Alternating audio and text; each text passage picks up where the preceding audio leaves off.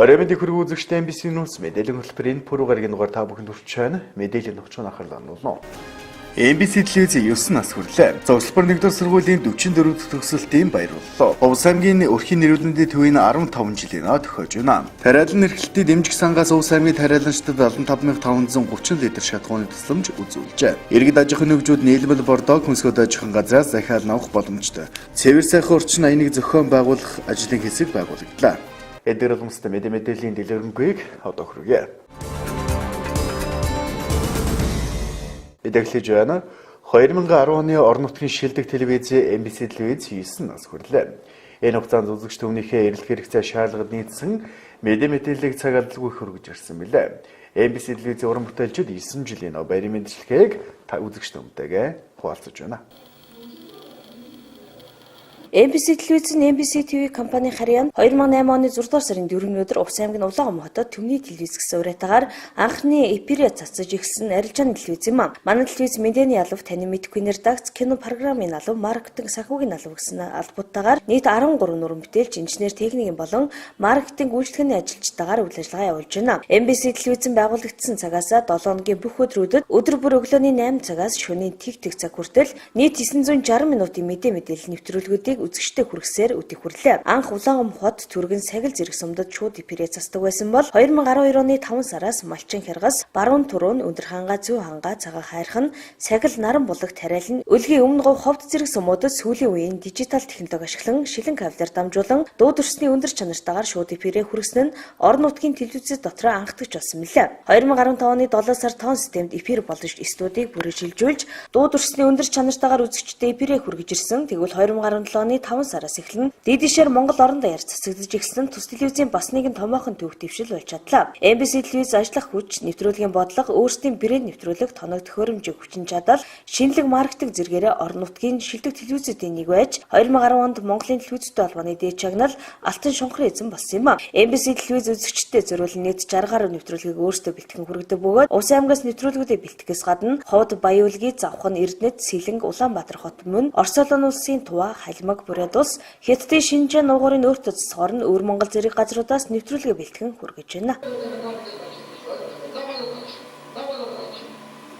За юуны өмнө MBC телевизийн үзэгч та бүхэндээ MBC телевиз үүсгэн байгуулагдсны 9 жилийн он баярын мэндийг хүргье.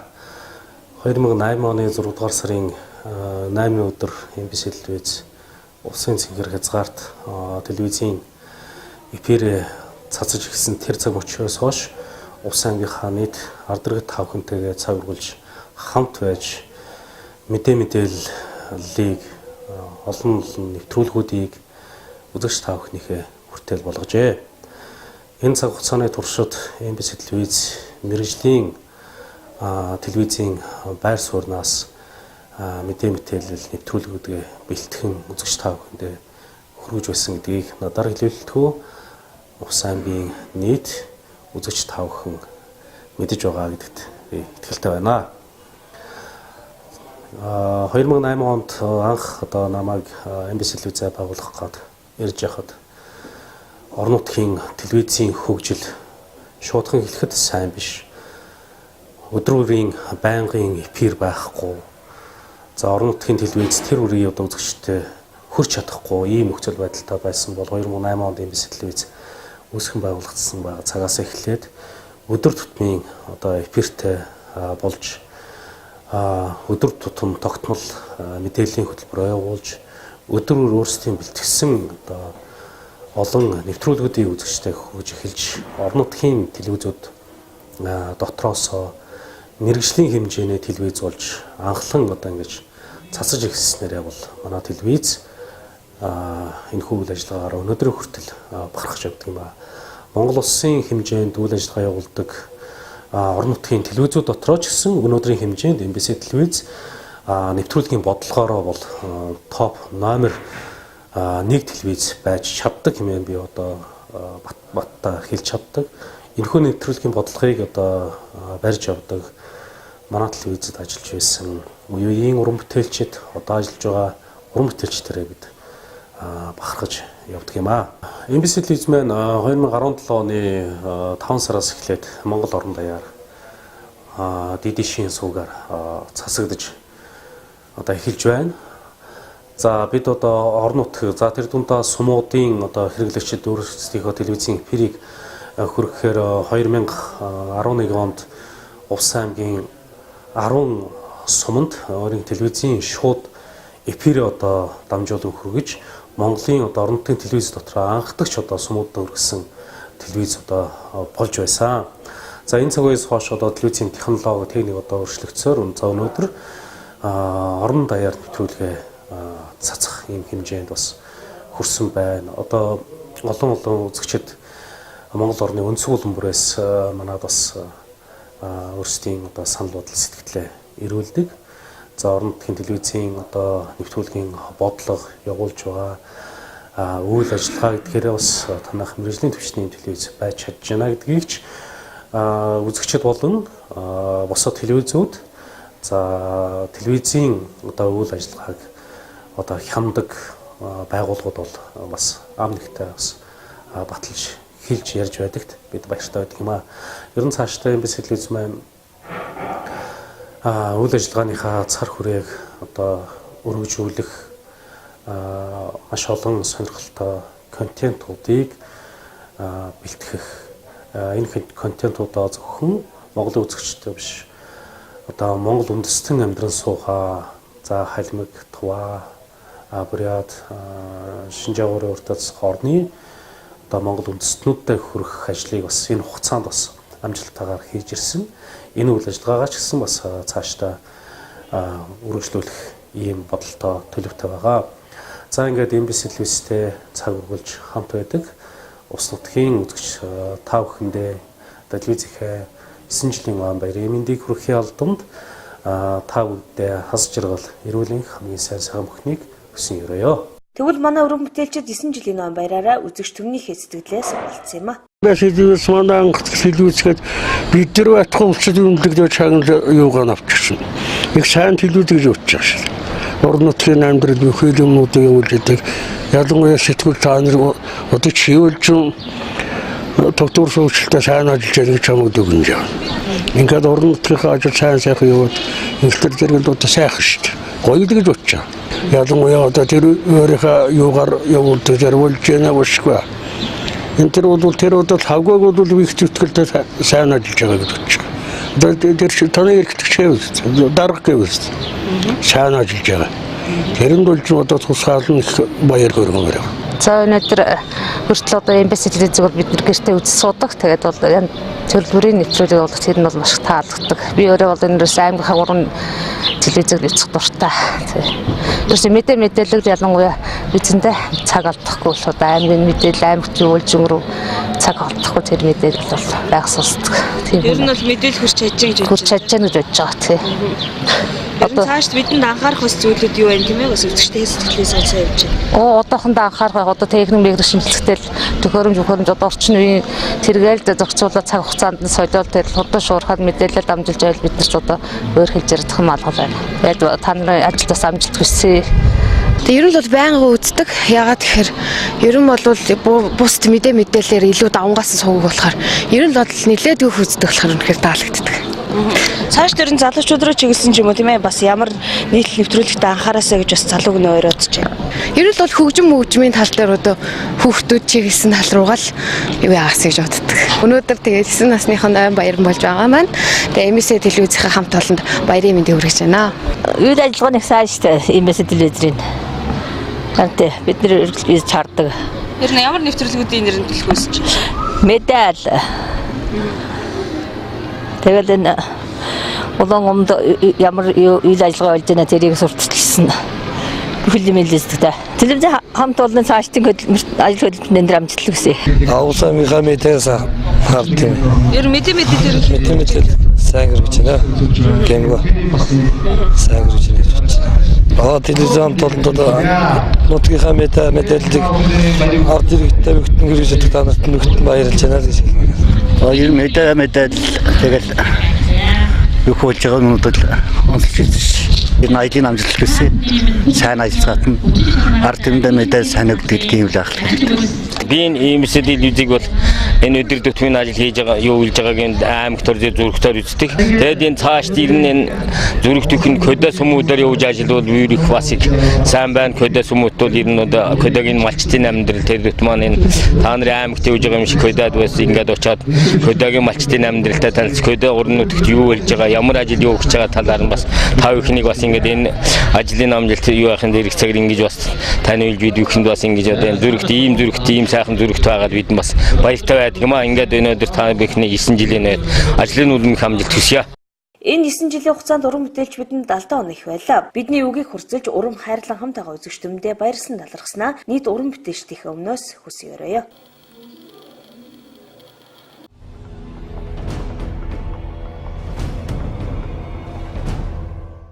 Усан замын тээврийн хэрэгслийг тоож хяналтын үзлэг хийнэ. Усан замын тээврийн хэрэгслийг хийх техникийн болон экологийн хяналтын үзлэг бүртгэл тоолгыг энэ сарын 15-ны өдрөөс эх сарын 15-ны өдрөөр зохион байгуулахар болжээ. Тус тоолгод Монгол орны нуур, гол мөргөн, цөөрөмд аялал жуулчлалын зориулалтаар усан замын тээврийн ажил үйлчилгээ эрхлэгч, аж ахуй нэгж, иргэдийн эзэмшлийн усан замын тээврийн хэрэгсэл буюу усан онгоц, завь, катер гэх мэт ахуйн болон бусад зориулалтаар ашиглаж буй иргэдийн усан замын тээврийн хэрэгсэл импортоор оруулж усан замын тээврийн хэрэгсэл мөн хамрагдах юм байна. Усан замын тээврийн хэрэгслийг тоолоод хамруулахдаа тухайн орон нутгийн мэргэжлийн хяналтын болон байгаль орчны улсын байцаагчид хандан өөрийн эзэмшлийн усан замын тээврийн хэрэгсэл техникийн болон экологийн үзлийг хийлгэхдээ дараах бичиг баримтыг бүрдүүлэх ба усан замын тээврийн хэрэгслийн гэрчлэгээний ардалд тэмдэглэл хийдэг гэсэн байна.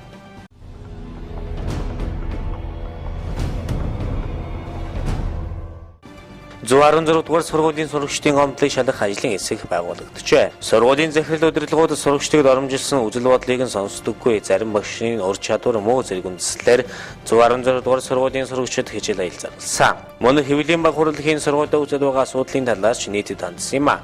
Боловсрол соёлын шинжилгээ ухааны спортын сайдын үүргийн төр хавсран гүйцэтгэгч засгийн газрын хэрэглэх газрын дарга Мөнгөт өнөөдөр тус яамны төрийн нарийн бичгийн дарга өдрөд халуун тушаалтнууд нийслэлийн боловсролын газрын дарга болон сургуулийн захирал багш нарын төлөөлөлтөд уулзлаа. Тэрээр сурагчдын гомдлын үндэслэлтэй эсхийг тогтоох ажлын хэсэг байгуулж ажилд оруулна. Дүгнэлтээ сайдын зөвлөлийн хурлаар хилцүүлэхийг яамны төрийн нарийн бичгийн дарга баяр сайханд даатгалаа. Гомдол үндэслэлтэй бол захирал холбогдох багш нарт хариуцлага тооцно гэд ажлын хэсэг аль нэг талыг барьж ажиллахгүй байхыг онцгойлон анхаарууллаа. Энэ шалгалт хэн нэг хүн багшийг захиалгаар зохион байгуулалтаагаар ажилгүй болгож хэлэмнүүлэх гэж байгаа хэрэг бус гэдгийг сайдын үүргийг төр хавсран гүйцэтгэгч Мөнхбат тодотглоо. Цаашдаа боловсролын салбарт иймэрхүү алдаад утгадлал гарах үсгүй асуудал байвал дотооддоо ярьж харилцан ойлголцож ажлаа хэвэн явуулж байх хэрэгтэй гэдгийг сургуулийн захирал багшнаас зөвлөв гэж засгийн газрын хэвлэл мэдээлэл олон нийтэд харилцах хэлцээс мэдээллээ.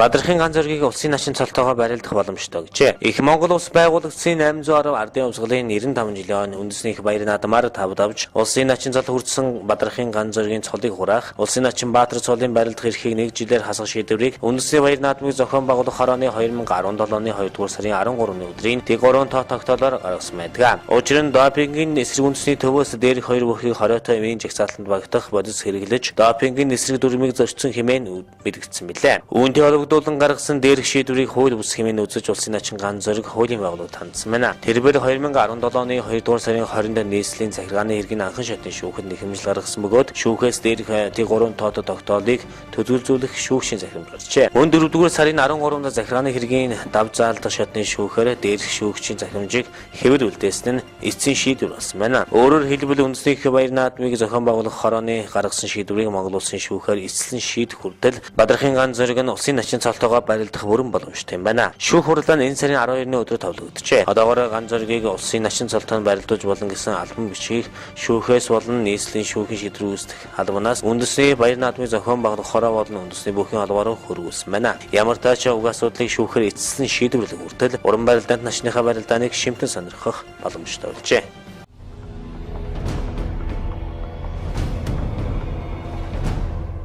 Хоёр дахь эсэм буюу 51 орны манлайлагчид манадж болно. GCI 2017 буюу тус байгууллагын Аз номхон далайн чуулганаар дэлхийн 51 орны 3500 орон манлайлагч бизнес эрхлэгч залуус маргаашаас 4 хоногийн туршид манай улсад чуулгах гэж байна. Монгол залуус эсэмтэй дүүцхүүс арга хэмжээг эх орондоо зохион байгуулж дэлхийн анхаарлыг татах болсноо өнөөдөр мэдээллээ. Бүсгийн хамгийн том чуулган учраас GCI-ийн ерөнхийлөгч тэд ерөнхийлөгч зөвлөх сенаторууд цуглах бөгөөд 84 үйл ажиллагаа зохион байгуулах юм байна. 27 төрлийн сэдвээр залуустай хүний хөгжлийн сургалт явуулах бөгөөд өөрийгөө хөгжүүлэх бизнес төлөвлөгөө хийх, бизнес боломжийг хайх, мэдээлэл технологийн хувьд хэрхэн хамтрах зэрэг сэдвээр сертификат болгоно. Мөн Улаанбаатар хотын ногоон хөгжил Монгол улсад бизнес эрхлэх боломж байна зэрэг 9 форумыг зохион байгуулж 2022 он хүртэл хийх ажлынхаа төлөвлөгөөгч гаргах юм байна. Дараагийн мэдээ. Өнөөдөр цогцлбор 1-р сургуулийн 44 дахь хаврын төгсөлтийн эрдмийн баяр боллоо. Цогцлбор 1-р сургууль энэ жил 9 бүлгийн 270 гаруй хүүхэд амжилттай төгсөж, сүүр боловсролын гэрчилгээг аймаг сум сургуулийн удирдлагуудаас гард авлаа.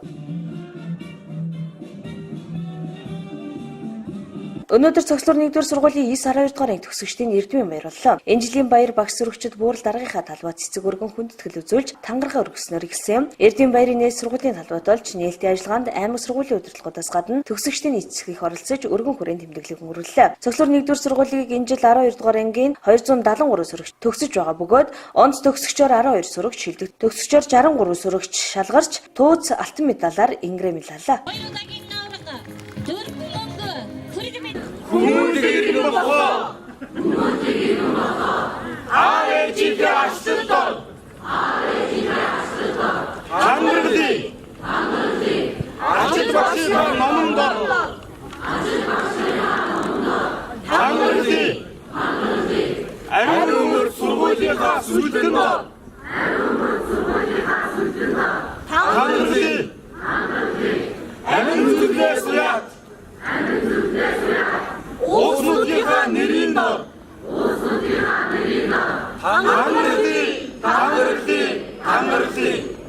За өнөөдөр Усын тэргүүний цогцлбор 1-р сургуулийг 9-р ангийн 110 сурагч төгсөгч, 12 дугаар ангийн 273 төгсөгч өнөөдөр сургуулаа амжилттай төгсөөд маршал юу цэдэн балынхаа талбай дээр цэцэг өргөж тангараг өргөж байна.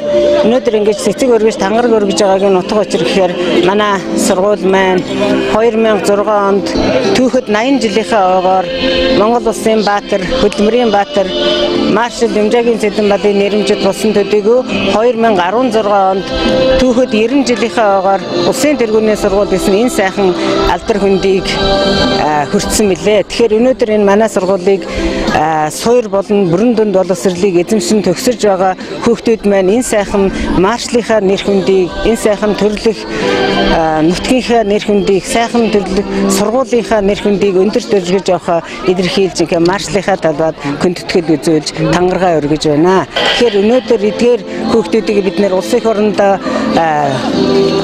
ирээдүйд тэмүүлэлтэй, зорилготой улсын тэргүүнийхээ сургуулийн нэр хүндийг өндөр дөрвсөн ийм сайхан сурагчдыг төгсгөж Монгол орныхаа өнцөг өрөнд бүр илгээж байгаадаа талархалтай байна.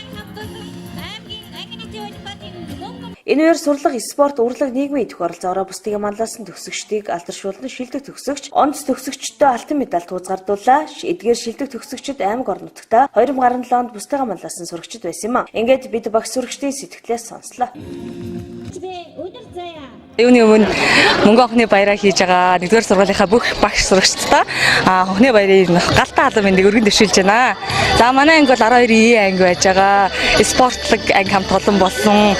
Сургуулийн аваргын алт мөнгөн медалуудтай гар мөнгөн медаль авсан байгаа.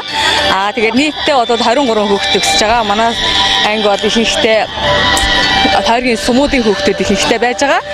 Тэгээд амжилт бүтээлээр дүүрээ өнгөрч байна. Тэгээд нийт төгсөгчтэй мэдээж хамгийн түрүүнд болох гэж байгаа. Эсвэр ихээ шатгалтай амжилттай өгж хүссэн сургуулаа өгөөрэй гэж хүсэж ярьж байна.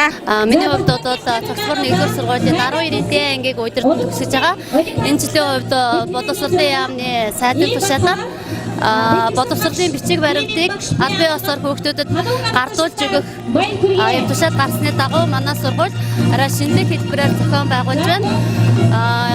Энэ удаа шилдэг төгсөгчөөр шалгарч байгаа олон онц төгсөгчд бусад нийт төгсөгчд бүх сурагчдаа энэ сургуулийг төгсөж байгаа 12 дугаар ангийн нийт сурагчдаа Эрдмийн баярын мэнд хүргэе.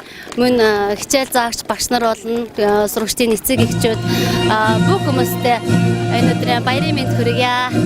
Баяртай ингээд 12 жил онц сураад онц төгсөж явсан дээр баяртай. Улсын шугам зургийн уралдаанд алтан медаль авсан. Аймгийн нэрмжит шугам зургийн бод нүрийн медаль авчихсан. Надад тусал дэмжсэн багш нар болон манай ангийнхаа хамт олон сургуулийн хамт олон зөв бүх таньж мэддэг хүмүүстээ баярлалаа гэж хэлье. Тэр хүмүүсийн тусламжтайгаар би надад тусламж өгч байна. Энэ улсын тэргүүний цогцлог нэгдүгээр сургуулийн 11 жилийн турш суралцахдаа ингээд шилдэг төгсөгч болж байгаадаа үнэхээр их баяртай. Энэ 2017 он бол зөвхөн миний хувьд ч гэлээ манай сургуулийн хувьд үнэхээр гайхалтай амжилт бүтээлээр 4 жил боллоо. 100 аймгийн холбоотоос 100-аас дээш медаль авч, улсын холбоотоос 4 алт, 5 хүрэл медаль авсан манай сургуулийн энэ амжилт бол энэ ондоо хамгийн шилдэг амжилттай. Би энэ сургуулийнхаа гаргасан амжилтанд өөрийнхөө хувь нэмрээ оруулсан үнэхээр их баяртай байгаа. Ингээд үеийнхээ найзуудаа болон найзуудаа 9 дугаар ангийн дүү нартаа ингээд мөнгө авахныхаа баярыг сайхан тэмдэглэж өнгөрүүлээрээ ингээд 11 жилийн сургалтаа миний хийж бүтээсэн зүйл ингээд үр дүнгээ олж байгаад би үнэхээр их баяртай. Та нар ч гэсэн хичээвэл бүгд амжилтан хүрч чадна гэж хэлмээр байна. Аймгийн сурагчдын зөвлөлөөс тэмдэг авсан. Тэгээд нийт төгсөгчтэй хандаа хэлэхэд бол одоо энэ мөчөөс эхлээд хичээл номоо сайн бэлдээд 12 дугаар ангийн чинь хүссэн сургуулиа аваарай гэж хэлье. Энэ жил миний хувьд болохоор маш өр бүтээлтэй жил өнгөрсөн. Тэгээд энэ жил болохоор аймгийн аврагаас болиолын хошоо мөнгө авсан. Тэгээд маас болохоор энэ жил хамгийн сүүлчийн хоохны болж байгаа. Манай ингээд сургуультай болохоор бас юмыг зохион бүтээдэг маш сайн анги. Төгсөгчтэй хандаад, багш нартай хандаад юу гэж хэлмээр вэ? Багш нартай бол маш их баярлалаа. Энэ сургуульд ирээд их зүйлийг сурч мэдсэн, их зүйлийг сурч мэдгэж амжилт ихээр гаргасан байна. Тэгээд нэг төгсөгчтэй их конкурст амжилт хүсье.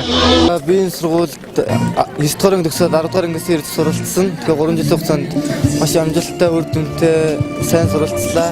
Багш нартай баярлалаа. Нийт төгсөгчдөө хонхны баярын гал халуун мэндийг хүргье. Ирээдүйд сайн хүн болоорой гэж хэлье. Томоохон амжилт гэвэл 2 дугаар ангид математик олимпиад алтан медаль авчихсан. Бас сумынхаа үндэсний бүх төрүүлж байсан. Спрайт лигт мөнгө медаль авчихсан. Нийт төгсөгч болсон багш сургууль хүмүүжүүлэгчид нартай баярлалаа. Тэгээд баяраа сайхан тэмдэглээрээ ирээдүйд эцэг их хорондоо хэрэгтэй сайн хүн болоорой гэж хэлээ. Одоо нийт төгсөгчтэй мөнгө авахны баярын мэнд хүргэе. Тэгээд маш өндөр сэтгэлээс маш өндөр байна. Тэгээд мөнгө авахны баярын мэнд ийм хүртэл мань гоё тэмдэглэж өгч байгаа. Одоо биднэрт нэгэн дурсамжийг өвдөж байгаа багш нартаа цэцэлбэр нэгдээ сургуулийнхаа нэг арга зүйч бүх багш нар захирлаа маш их баярлалаа. Тэгээд би бол ширээний тенсээр хичээлдэг байгаа. Хичээлээ 4 жилийн одоо 4 жил болж байна. Тэгээд одоо нийт төгсөгчдөө мөнгө авахны баяраа гоё тэмдэглээд одоо удахгүй бол яаштай амжилтаа оролцоод хүссэн сургуулаа аваарай. Энэ жил тус сургуулийн морой баяраа хийж байгаа нь оюутнууд ром дипломоо гардан авдагтай адил сурагчид суур боловсролын гэрчлэгээ буюу төрийн албан ёсны баримтыг сургуулийн аймаг орон нутгийн удирдлагуудаас хүндэтгэлтэйгээр авсан явдал байсан юм а. Энэ нь улсын тэргүүний сургууль гэдэг утгаараа яамнаас гаргасан бодлого шийдвэрийг хэрэгжүүлж бусад сургуулиудад үлгэр дуурайл болж байгаа хэрэг юм байна. Ингээд амьдралын нэг талаад хөл алхан орох гэж байгаа төгсөгчдөө цаашдын амьдралд нь юу сансан бүтгийг өрөөгөөд зорилгохоо төлөө тууштай хичээн зүтгийг хүсье. Аймгийн цогцлог олимпиадын алтан медаль. Хүрээлэн медаль. Дараагийн мэдээ. Улс аймагт өрхийн эмнэлэг үүсгэн байгуулагдсны 15 жилийн ноо тохиож байна. Энэхүү он хүрээнд баруун бүсийн чадваржуулах сургалт манай аймагт болж байгаа бөгөөд сургалтанд баяуулгыг завхан ховд Улс аймгийн Ахмад дунд залуугийн төлөөллүүд оролцож байна.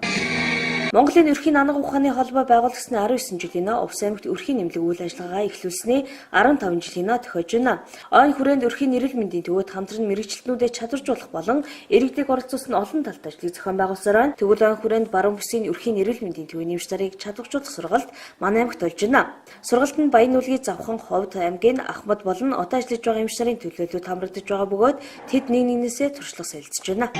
Энэ үйл ажиллагаа нь болохоор Монгол улсад өргөн эрүүл мэндийн үүссний 19 жилийн Улс аймагт өргөн эрүүл мэндийн анхаарах үүсэж өгсөний 15 жилийн зориулж баруун бүсийн өргөн эрүүл мэндийн төвийн эмч ажлыг шатуучуулах сургалтыг зохион байгуулж байгаа. Манай 15 жилийн зориулаад өргөн эмнэлгэнтэй 2002 онд бол Улс аймагт анхны өргөн эмнэлэг үүсгэгдсэн. Одоо бол 4 өргөн эмнэлэг 38 мянган хүн амд одоо эрүүл мэндийн анхны хангалттай тусламж үйлчлэгийг үзүүлж байна. Тэгээ өргөн эрүүл мэндийн ажилчнуудыг эмч ажилчнуудыг чадваржуулах сургалтыг Монголын өргөн анхаарах ухааны нийгэмлэгээс зохион байгуулна. Одоо 3 цагт юунууд сурагч багш нар нь буух хэрэгтэй. Тэгээ өнөөдөр маргааш 2 сургалт зохион байгуулад оройдоо бол яг 15 жилийнхаа ойд энэ нөгөө Ховд аймаг Баяуулгийн аймаг, Завхан аймгийн төлөөлөгчд оролцсон.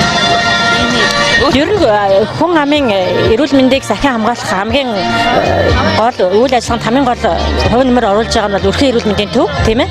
Мэдээж өргөн эрүүл мэндийн төвөөрөө дамжуулаад бүх хяналтууд явагддаг байсан. Одоо бол өргөн эрүүл мэндийн үйл ажиллагаа өргөжөөд сургууль сурчлагаа өвчнөөс урьсан сэргийлэх болж өргөжөж шүгэж байгаа шүү дээ. Баяуулгийн аймгийн хувьд 4 өрхийн эрүүл мэндийн төвтэйгээр иргэдэд эрүүл мэндийн үйлчлэгийг үзүүлж байна. Тус аймгийн хувьд өрхийн эрүүл мэндийн үйлчлэгээний чанар багаж тоног төхөөрөмж, байр орос суудсан сайжирснаар иргэдийн эрүүл мэндийн авах хүртээмж нэмэгдсэнийг хэлж байлаа. Тэгвэл Ховд аймгийн хувьд 6 өрхийн эрүүл мэндийн төв үйл ажиллагаа явуулж иргэдэд цаг алдалгүй эрүүл мэндийн анхан шатны үйлчлэгийг хүргэж байгаа мэнэ.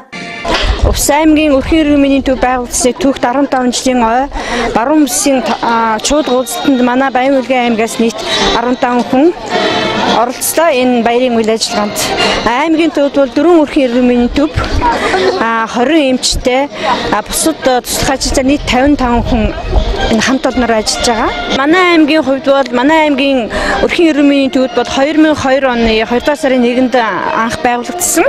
Мөн адилхан манай аймд ч гэсэн 15 жилийн төтөөхт ой бол тогтж байгаа.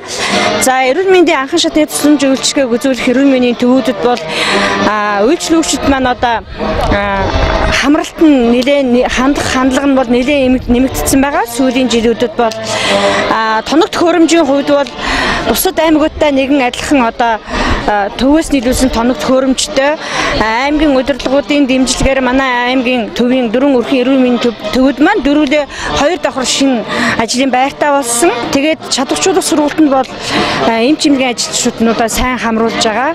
Тусламж үйлчилгээ маань иргэдэд бол нээлттэй, тэгш хүртээмжтэй хүргэж байна гэсэн ийм дүгнэлттэй байгаа. За манай Ховд аймагт бол нийтдээ 6 өрхийн эмнэлэг ажилладаг. Нэг нь одоо Булган суманд ажилладаг. 5 аймгийн төвдөр 5 өрхийн эмнэлэг үйл ажиллагаа явуулж байна. Тэгээд манай өрхийн эрүүл мэндийн төвүүдэд сүүлийн үед бол дандаа залуу эмчнэр хангалттай ажилладаг болсон.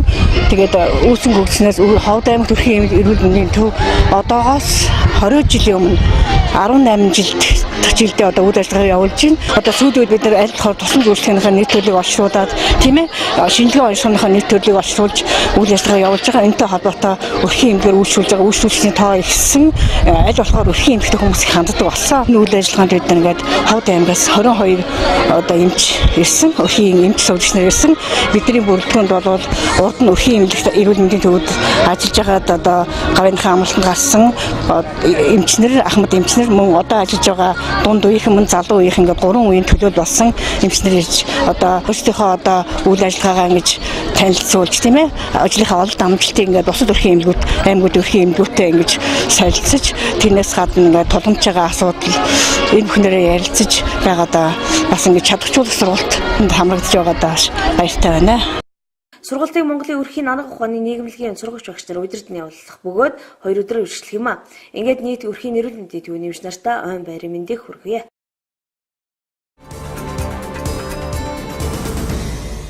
Дараагийн мэдээ. Энэ жил манай аймгийн хэмжээнд 5600 га улаанбуудад тариалт хийгдэж байна.